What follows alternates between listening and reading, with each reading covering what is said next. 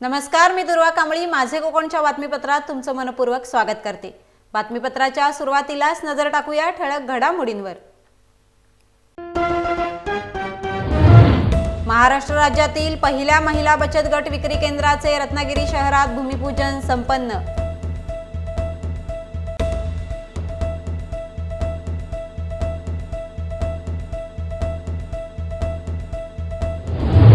राष्ट्रवादीमध्ये फूट पडल्यानंतर प्रथमच कर्जतमध्ये आज उपमुख्यमंत्री अजित पवार यांच्या उपस्थितीत निर्धार सभा।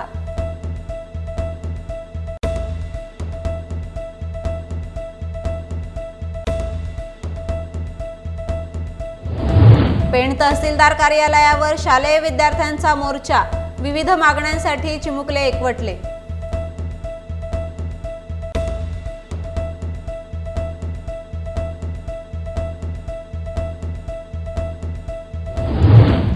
आणि पेण पोलिसांकडून सागरी सुरक्षा दलाला सुरक्षेचे मार्गदर्शन, पोलिसांना माहिती देऊन नागरिकांनी सहकार्य करावे, डीवायएसपी फडतरे यांचे नागरिकांना आवाहन।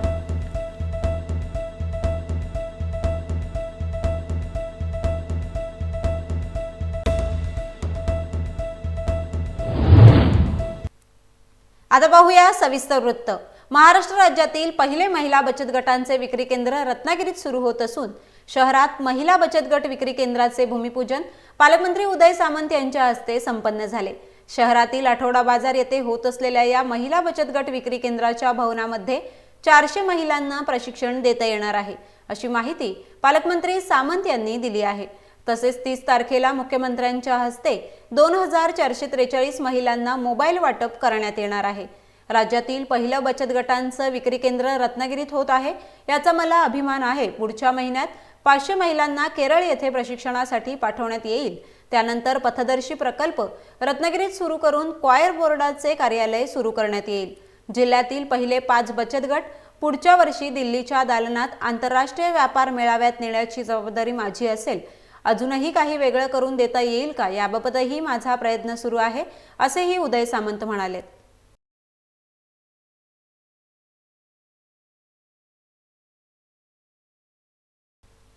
राष्ट्रवादी पक्षामध्ये फूट पडल्यानंतर पहिल्यांदाच रायगडच्या कर्जतमध्ये अजित पवार गटाची आज निर्धार सभा होते। उपमुख्यमंत्री अजित पवार आणि राष्ट्रवादीच्या अनेक नेत्यांच्या उपस्थितीत ही सभा कर्जतमध्ये आज पार पडते। कर्जत खालापूर तालुका हा राजकारणामध्ये नेहमीच चर्चेत असतो, त्यामुळे ही सभा देखील भव्य होणार आहे, असं सांगितलं जातंय। कर्जतमधील राष्ट्रवादीचे सुधाकर घारे यांनी या सभेचे आयोजन केले असून हजारोंच्या संख्येने कार्यकर्ते या सभेला उपस्थित राहणार असल्याचे घारे यांनी सांगितले आहे। तर रायगडमध्ये पहिलीच सभा घेणारे अजित पवार रायगडच्या राजकारणावर काय बोलतायत हे देखील पाहणं महत्त्वाचं ठरणार आहे। कर्जत तालुक्यामध्ये जी आता निर्धार सभा होत आहे, 2 जुलैनंतर राष्ट्रवादी काँग्रेस पार्टीने जेव्हा सत्तेत जाण्याचा निर्णय घेतला त्यानंतर ही सभा रायगड जिल्ह्यामध्ये मला वाटते पहिलीच सभा असावी आणि आदरणीय दादा कर्जत नगरीमध्ये त्यांचं आगमन होणार आहे। त्यासाठी आमच्या कार्यकर्त्यांचा उत्साह द्विगुणित झालेला आहे। त्यांचं स्वागत करण्यासाठी सर्व कार्यकर्ते आमचे सज्ज झालेले आहेत आणि आम्हाला त्यांचं मोलाचं मार्गदर्शन त्या सभेमधून लाभणार आहे। दुकानांवरील मराठी पाट्यांच्या मुद्द्यांवरून मनसे अध्यक्ष राज ठाकरेंनी सरकारवर जोरदार टीका केली आहे। मराठी आणि हिंदुत्वावर सरकार नुसतं तोंड वाजवतंय असा टोला देखील राज ठाकरेंनी लगावला आहे। यावेळी कोर्टाच्या निकालानंतरही मराठी पाट्यांच्या सक्तीसाठी सरकार कारवाई करत नसल्याची खंत राज ठाकरेंनी व्यक्त केली आहे। बाळासाहेबांच्या विचारांचं सरकार म्हणता मग कारवाई का करत नाही, असा सवाल देखील राज ठाकरेंनी केलाय। काय आपलं सरकार नुसतं तोंड वाजवायला आहे मराठीबद्दल आणि हिंदुत्वाबद्दल। बाळासाहेबांचे विचार कुठचे बाळासाहेबांचे विचारांनी घेतले? कोर्टाने सांगून पण यांना मराठी पाट्या करता येत नाही सरकारला। ज्या वेळेला मी मशिदींवरचे भोंगे म्हटलं काढायला सांगितले होते त्यावेळेला तेही काढता नाही आले या लोकांना। हे नुसतं आपलं बोलायचं बाळासाहेबांचे विचार मग अंमलात आणा ना, कळलं का? त्या पद्धतीचं पाऊल यांनी टाकलं पाहिजे। ज्या वेळेला आम्ही मराठी पाट्यांच्या ज्या वेळेला केल्या होत्या सरसकट सगळ्यांनी लागलं होतं ना, शासनाचा काही धाक नावाची काही गोष्ट आहे की नाही? कोर्टाची भीती वाटते की नाही? आणि उद्या जर समजा कोर्टाची भीती नाही, पोलिसांची भीती नाही, शासनाची भीती नाही, कुठे आपण अराजकाकडे जाऊ? सर, पुण्यामध्ये जर आपण बघितलं तर एक शिक्षणाचं माहेरघर आहे, तर दुसरीकडे ड्रग्सचं रॅकेट सुद्धा पुण्यामध्ये समोर आलेलं होतं. अटक पण ते काय करतायत. पुण्यामध्ये कशाला घेत आहे? देशभर हेच पसरलेलंच आहे या ठिकाणी. माझा तर मुंबई महाराष्ट्र पोलिसांवरती इतका विश्वास आहे. या आपल्या महाराष्ट्र पोलिसांना, मुंबई पोलिसांना, पुणे पोलिसांना यांनी 24 तासाची मोकळीक द्यावी सरकारने. सगळं वटणीवरती आणून ठेवतील, पण आणायचंच नाही आहे. आता तो काय ड्रग्सचा पैसा सगळीकडे वापरला जातो का काय अशी शंका यावेळी इथपर्यंत सगळं सुरू आहे. पेण तहसीलदार कार्यालयाच्या प्रांगणात करोटी व गागोदे खुर्द ग्रामपंचायत हद्दीतील घोटे, जैतूचीवाडी, गागोदे, विठोबानगर, उतेश्वरवाडी येथील डोंगर दऱ्यातील प्राथमिक शालेय विद्यार्थ्यांनी पदवीधर संघ गागोदे संदीप पाटील यांच्या नेतृत्वाखाली विद्यार्थी पालक वर्गांनी शिक्षणाचे खाजगीकरण थांबवा, कमी पटसंख्या असलेल्या जिल्हा परिषदेच्या शाळा बंद करण्याचा निर्णय राज्य मंत्रिमंडळाने घेतला आहे तो मागे घ्यावा यासाठी पेण तहसीलदार कार्यालयावर निषेध मोर्चा काढून धडकले आणि ठिय्या मारून धरणे आंदोलन देखील यावेळी करण्यात आले. पेण नायब तहसीलदार नितीन परदेशी यांनी दखल घेत तातडीने निवेदन स्वीकारले आणि धरणे आंदोलनात सहभागी झालेल्या चिमुकल्यांना घरी माघारी पाठवले. पण सरकारच्या निषेधार्थ झालेला तमाशा आणि चिमुकल्यांचे आंदोलनाने प्रत्येकाचे मन सुन्न झाले. शिक्षणाचा अधिकार आमचा हक्क आहे, मग तो मिळालाच पाहिजे. शिक्षण आमच्या हक्काचे नाही कुणाच्या बापाचे या घोषणा देत चिमुकल्या विद्यार्थ्यांनी पेणमधील नागरिकांचे लक्ष वेधले. शिक्षणाचे खाजगीकरण करण्याचा निर्णय राज्य सरकारने घेतला आहे. जिल्हा परिषदेच्या कमी पटसंख्या असलेल्या शाळा बंद करणे म्हणजे एक प्रकारे या मूलभूत अधिकारावर गदा आणण्याचा निर्णय. या विरोधात आम्ही या बालकांसाठी सरकार विरोधात निषेध व्यक्त करतोय. पुढे या विरोधात मोठं आंदोलन करण्याचा इशारा देखील देण्यात आलाय.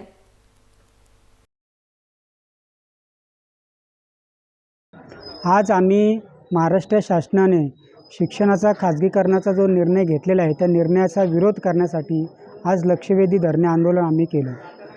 यामध्ये सरकारने 20पेक्षा पटसंख्या कमी असलेल्या शाळा बंद करून त्या ठिकाणी समूह शाळा करणं आणि त्या समूह शाळा दत्तक म्हणून कंपन्यांना देण्याचा एक खाजगीकरणाचा निर्णय महाराष्ट्र शासनाने जो घेतलेला आहे तो अतिशय चुकीचा निर्णय आहे आणि म्हणून या निर्णयाच्या विरोधामध्ये आज लक्षवेधी धरणे आंदोलन करण्यात आलं.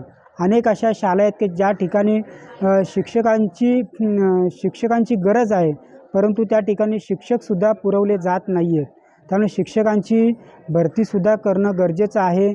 शिक्षणाची गुणवत्ता सुधारणं गरजेचं आहे आणि गावोगावी ज्या पद्धतीने पूर्वी वसती शाळा निर्माण झाल्या त्या वसती शाळा बंद न करता त्या ठिकाणी त्या शाळा चालू ठेवून तिथे सेमी इंग्लिश सुरू करावं, जेणेकरून शैक्षणिक गुणवत्तासुद्धा सुधारेल.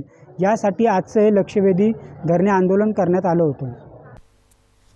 समुद्रकिनाऱ्यांवरील हालचालींवर लक्ष ठेवण्यासाठी व सतर्कतेच्या दृष्टीने घटनेची माहिती मिळवण्यासाठी पेण येथे सागर सुरक्षा दल यांना मार्गदर्शन करण्यासाठी बैठकीचे आयोजन करण्यात आले होते.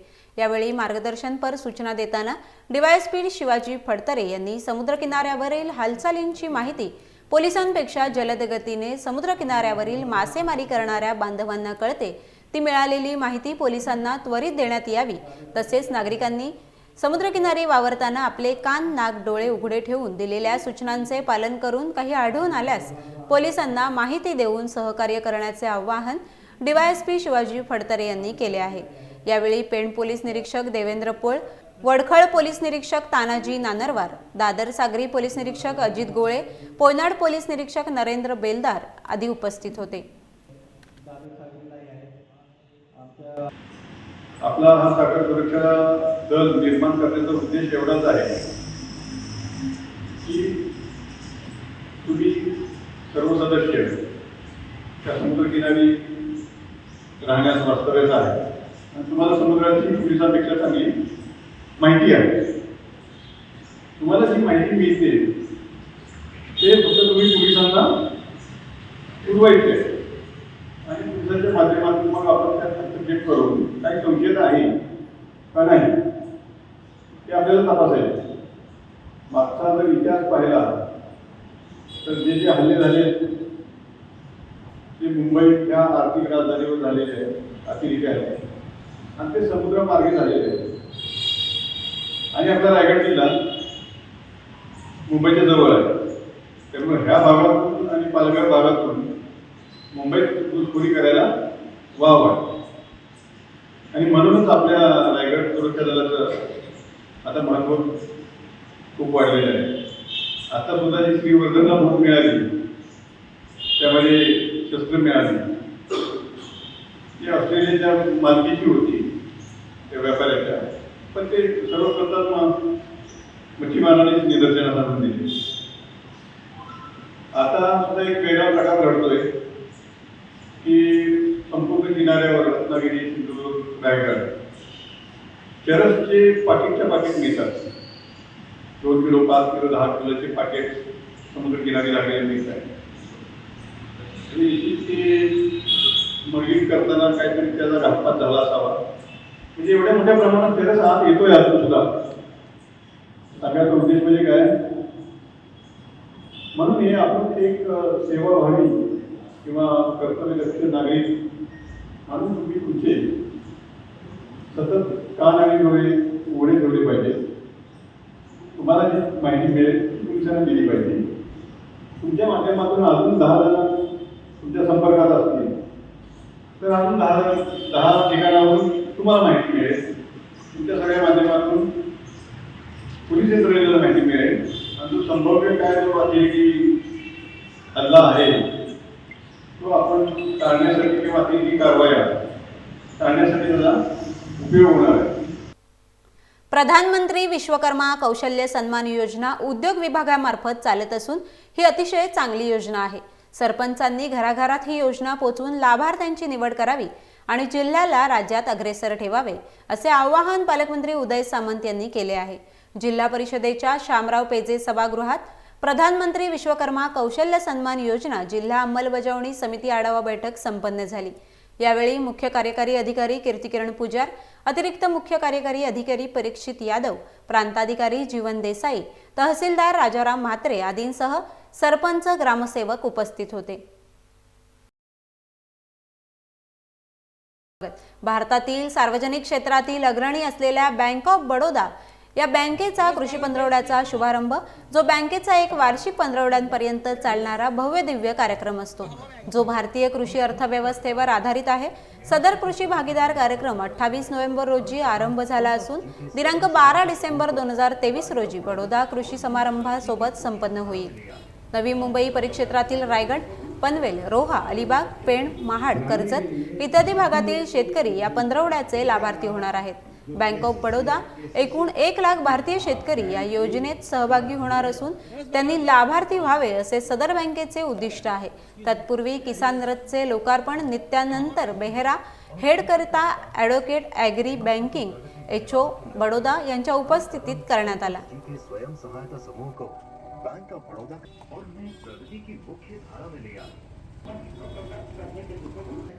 आज दिनांक 28 नोव्हेंबर 2023 रोजी आपण अलिबाग येथे बरोडा किसान पखवाडा नवी मुंबई क्षेत्र यांच्या वतीने साजरा करण्यात आलेला आहे.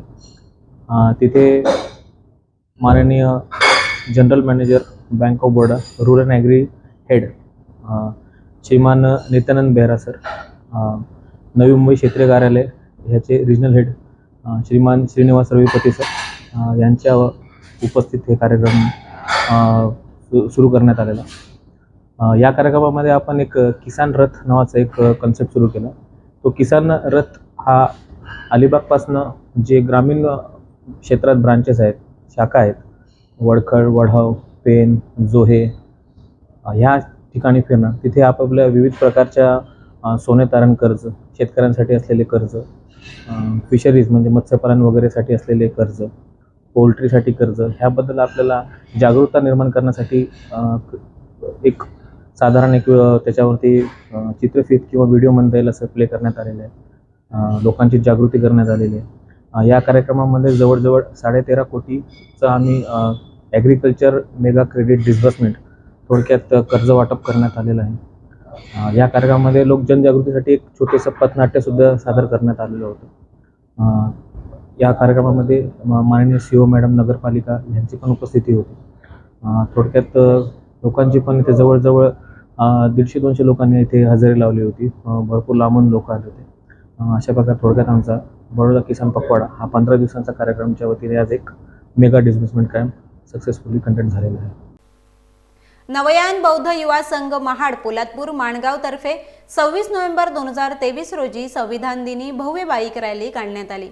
पोलादपूर शहरातील छत्रपती शिवाजी महाराजांच्या पुतळ्याला व पोलादपूर एसटी स्टँड येथील भारतरत्न डॉक्टर बाबासाहेब आंबेडकर यांच्या प्रतिमेला पुष्पहार अर्पण करून या रॅलीची सुरुवात करण्यात आली. यावेळी पोलादपूर तालुक्यातील संविधान प्रेमींनी मोठ्या संख्येने रॅलीमध्ये सहभाग घेतला होता.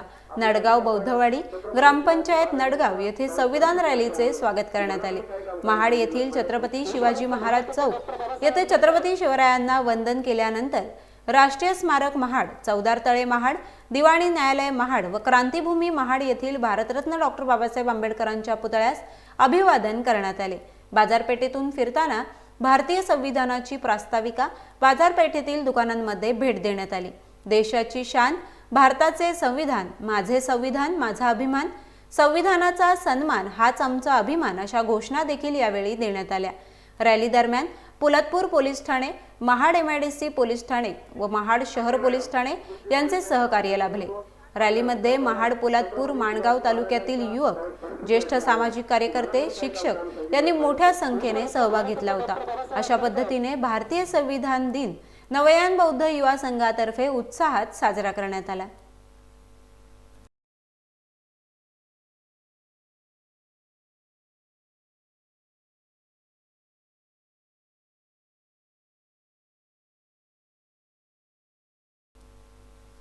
यासह वेळ झाली आहे बातमीपत्रात इथेच थांबण्याची. भेटूया नवीन बातमीपत्रासह. तुम्ही पाहत रहा माझे कोकण.